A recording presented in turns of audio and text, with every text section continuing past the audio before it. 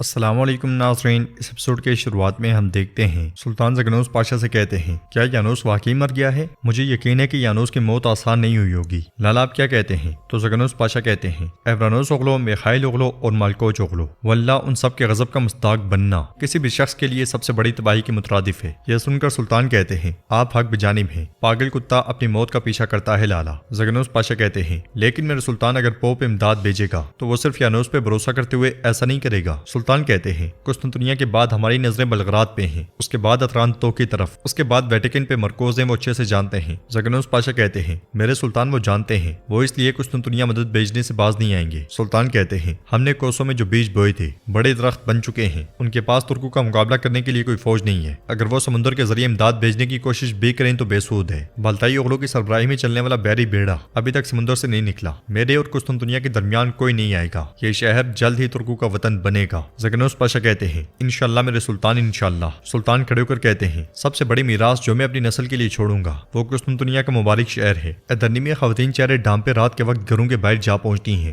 گھر کے اندر ایک خاتون بچوں کو سلاتے ہوئے گا رہی ہوتی ہے، برف دور سے نظر آتی ہے، جا کر دیکھو شاید آنے والے میرے بابا ہیں، میں نے مہینوں اور سالوں سے اسے نہیں دیکھا، جا کر دیکھو شاید آنے والے میرے بابا ہیں۔ بچہ نہیں سوتا تو وہ کہتی ہے اگر تم سوگے نہیں تو سپاہی کیسے بنو گے؟ کیا تمہارے بابا یہاں آنے پہ تمہیں اس طرح دیکھیں گے؟ شاباش سو جاؤ۔ یہ سن کر باہر کھڑی خواتین کی آنکھیں نم ہو جاتی ہیں اور اندر موجود خاتون مسلسل دروازے کی جانب دیکھ رہی ہوتی ہے۔ گلشا دستک دیتی ہے تو وہ آگے بڑھ کر دروازہ کھولتی ہے اور انہیں دیکھ کر پوچھتی ہے کیا آپ کسی کو ڈھونڈ رہی ہیں؟ گلشا پوچھتی ہے کیا یہ سپاہی یوسف کا گھر ہے؟ تو وہ خاتون کہتی ہے جی اسی کا ہے، میں اس کی ماں ہوں۔ گلشا پوچھتی ہے کیا ہمیں اندر آنے کی اجازت ہے؟ اجازت لینے کے بعد خواتین ریحان آغا کے ساتھ اندر داخل ہوتی ہیں اور اپنے چہرے عیاں کر دیتی ہیں۔ باہر بچے سے پیار کرتے ہوئے پوچھتی ہے کیا یہ آپ کا پوتا ہے؟ تو وہ خاتون کہتی ہے ہاں یہ میرا پوتا ہے، یہ میرا لاڈلا پوتا ہے، یہ میرے یوسف کی نشانی ہے۔ مارا خاتون پوچھتی ہیں اور اس کی ماں؟ تو وہ خاتون کہتی ہے اس کی ماں مر گئی ہے۔ یہ سن کر خواتین مزید غمگین ہو جاتی ہیں۔ وہ خاتون بچے کو اندر رکھنے کے بعد واپس آ کر پوچھتی ہے معاف کیجیے گا میں بھول گئی آپ یہاں کیا کرنے آئی ہیں اور آپ کون ہیں؟ تو گلشا کہتی ہے ہم سلطان محمد خان کے حرم سے ہیں۔ یہ سن کر وہ خاتون جھکنے لگتی ہیں تو گلشا انہیں کھڑا کرتے ہوئے کہتی ہے نہیں نہیں، حرمت کے لائق تو آپ ہیں۔ وہ خاتون کہتی ہے ہرگز نہیں میری سلطانہ،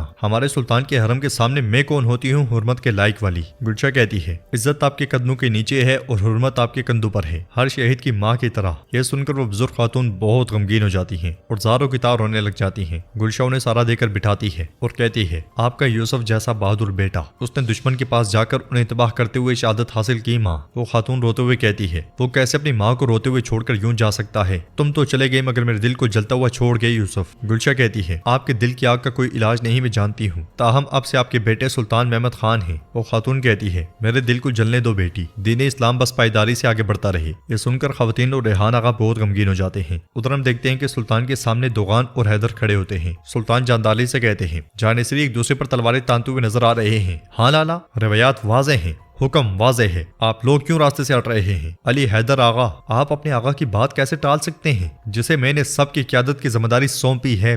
آپ اس کی بات کیسے ٹال سکتے ہیں؟ کیا آپ نہیں جانتے کہ روایات کے خلاف جانے والوں کا انجام کیا ہوتا ہے؟ اور دوغان تم، آپ میدان میں ایسا کیسے ہونے دے سکتے ہیں؟ چلے مان لیتے ہیں کہ آپ نے کیا، مگر جانشری کے سامنے آپ کیسے ہونے دے سکتے ہیں؟ ایک نہ تجربے کار بھی ایسا نہیں کرے گا جو آپ نے کیا ہے۔ یہاں دیکھو، اگر یہ ٹوپی آپ کے لیے بہت باری ہے تو مجھے بتاؤ دوغان، مجھے بتاؤ، میں اسے دوں جو اس کا بوجھ اٹھا سکتا ہوں۔ یہ سن کر دوغان جاندالے کی جانب دیکھنے لگ جاتا ہے اور سلطان کے اشارے پر اسے دیکھتے دیکھتے چلا جاتا ہے۔ ان کے جانے کے بعد سلطان جاندالی سے کہتے ہیں محاصرے کے وقت دستوں میں یہ کیا چل رہا ہے؟ قسطنطنیہ پوپ اور شہنشاہ کو چھوڑ کر ہم کہاں الجھے ہوئے ہیں، ذرا دیکھیں۔ جاندالی کہتا ہے سلطان معظم آپ ٹھیک کہتے ہیں، لیکن علی حیدر اور اس کے پیچھے چلنے والے حق پر ہیں۔ سلطان پوچھتے ہیں کیسے؟ تو جاندالی کہتا ہے یوں سمجھے کہ ادھر ستلمش کے بتائے ہوئے طریقے سے سپاہی سرنگ میں دھماکہ کر دیتے ہیں۔ دھماکے کے بعد ایک استاد ستلمش سے کہتا ہے اگر تم اس سرنگ کی کھدائی میں کامیاب ہو جاتے ہو تو پھر سلطان سے جو چاہے مانگ لینا۔ یہ سن کر ستلمش کہتا ہے ہمارے پاس وہ سب کچھ ہے جس کی ہمیں ضرورت ہے، ہم اس کے علاوہ سلطان سے کیا مانگ سکتے ہیں؟ اس کے ساتھ ستلمش کے اشارے پر ایک سپاہی اندر جائزہ لینے جاتا ہے۔ ادھر سلطان کے خیمے سے نکلنے کے بعد دوغان حیدر علی سے کہتا ہے یہ بات ختم نہیں ہوئی، تمہیں میرے پنجے سے سلطان نے بچا لیا، تاہم کل ایسا نہیں ہوگا۔ اسی لمحے قلندر وہاں پہنچتا ہے اور دوغان کو سلام ہی کرتا ہے کہ دوغان آگے بڑھ جاتا ہے۔ حیدر قلندر سے پوچھتا ہے تم کہاں تھے؟ دوسری طرف ہم دیکھتے ہیں کہ سپاہی جائزہ لینے کے بعد بہت خوش باہر آتا ہے اور کہتا ہے اچھی خبر ہے استاد، سرنگ میں شگاف اعتراف پڑ گیا ہے۔ یہ سن کر سب بہت خوش ہوتے ہیں اور اللہ کا شکر ادا کرتے ہیں۔ ان کی خوشی اس قدر ہوتی ہے کہ ایک دوسرے سے گلے بھی ملتے ہیں۔ سپاہی استلمش سے پوچھتا ہے کیا ہم سلطان کو بتا دیں، مگر استلمش کہتا ہے ابھی رک جاؤ، آئیے ایک دو مزید دھماکے کرتے ہیں اور جلد ہی اس سرنگ سے جان چھڑاتے ہیں، پھر ہم سلطان کو بتائیں گے انشاءاللہ۔ اس کے ساتھ ہی سب سرنگ میں داخل ہو جاتے ہیں۔ ادھر جاندالی سلطان سے کہتا ہے مختصر یہ کہ جیسا کہ آپ جانتے ہیں آپ کو جانشری کے سربراہ کو حساب کے بغیر نہیں چھوڑنا چاہیے۔ ماضی میں دوغان کی کسی سے دشمنی نہیں تھی تو وہ روایات سے ہٹ کر کام نہیں کر رہا تھا، لیکن اب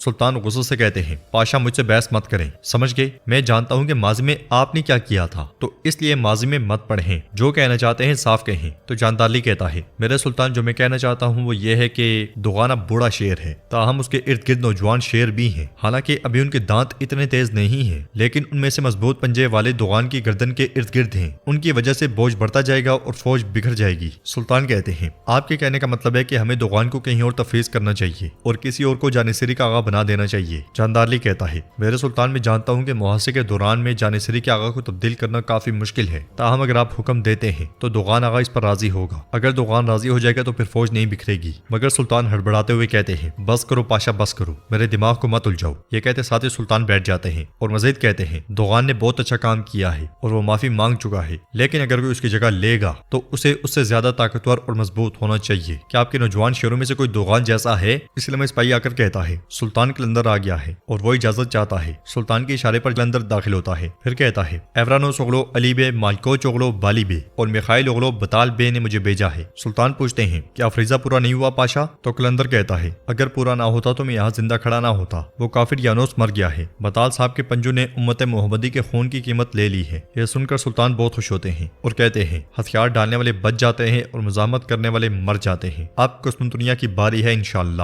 یہ کہتے ساتھ سلطان جاندالی کی جانب دیکھتے ہیں جو قلندر کو دیکھ رہا ہوتا ہے۔ جنگل میں بطال بالی بے اور علی بے کا شکریہ ادا کر رہا ہوتا ہے، پھر کہتا ہے چونکہ آپ نے ہماری روایات کی پیروی کی اور آپ اکنجی کے طور پر میری مدد کو پہنچے تو یہ تیر 3 لے لیں علی بے، جب آپ مصیبت میں ہوں تو یہ تیر میرے قبیلے بھیج دیجیے گا، ہم میں سے کچھ ضرور آئیں گے اور مدد کریں گے۔ وہ تیر بالی بے کو بھی دیتا ہے۔ پھر بطال کہتا ہے میں سوچ رہا ہوں کہ کیا قلندر وہاں پہنچ گیا ہوگا؟ تو بالی بے کہتے ہیں وہ پہنچ گیا ہوگا، فکر نہ کریں۔ کیا آپ اب بھی ان کے بارے میں سوچ رہے ہیں جنہیں آپ کھو چکے ہیں؟ جواباً بطال کہتا ہے میرے نقصان کا درد میرے دل کو سکون نہیں دیتا بالی بے، لیکن میں اب سوچ رہا ہوں کہ میں ان کی روح کو کیسے سکون پہنچا سکتا ہوں۔ تو علی بے کہتے ہیں آپ احادیث جانتے ہیں، قسطنطنیہ آئیں اور اس مبارک فوج میں شامل ہو جائیں، آئیں تاکہ اللہ آپ کے پیاروں کو سکون دے۔ یہ سن کر بطال کہتا ہے اگر ہمارے سلطان مناسب سمجھے تو میں باخوشی قبول کروں گا۔ اگلے منظر میں وہ تینوں سلطان کے سامنے کھڑے ہوتے ہیں۔ سلطان علی بے سے کہتے ہیں جنگجوؤں کے سردار ایورانوس اغلو علی بے، جب تک آپ یہاں ہیں کوئی ترک سردار مشکل میں نہیں رہے گا اور نہ ہی آگ میں گرے گا، ہم یہ جانتے تھے۔ ایک بار پھر پوری ہمت کے ساتھ آپ اپنے فریضے میں کامیاب ہو گئے، شکریہ علی بے شکریہ۔ پھر بالی بے سے کہتے ہیں سرحدوں کے سردار مالکوچ اغلو بالی بے، ہم جانتے تھے کہ آپ کی شان و شوکت دشمن کے دلوں میں خوف اور دوستوں کے دلوں میں اعتماد پیدا کرے گی، اپنے مضبوط دل اور مضبوط ہاتھ سے آپ نے میرا حکم پورا کیا، آپ بھی سلامت رہیں۔ پھر سلطان بطال بے سے کہتے ہیں شیر دل عقاب پروں والا میخائیل اغلو بطال بے، پہلے آپ کی شہرت ہمارے کانوں تک پہنچی، اب ہم نے آپ کی بہادری کا بھی مشاہدہ کر لیا۔ آپ نے کافر یانوس کو جو ایک بار ہم سے بچ گیا تھا اسے فرار نہیں ہونے دیا، آپ نے ترکوں کا انتقام لے لیا، آپ کا بھی شکریہ۔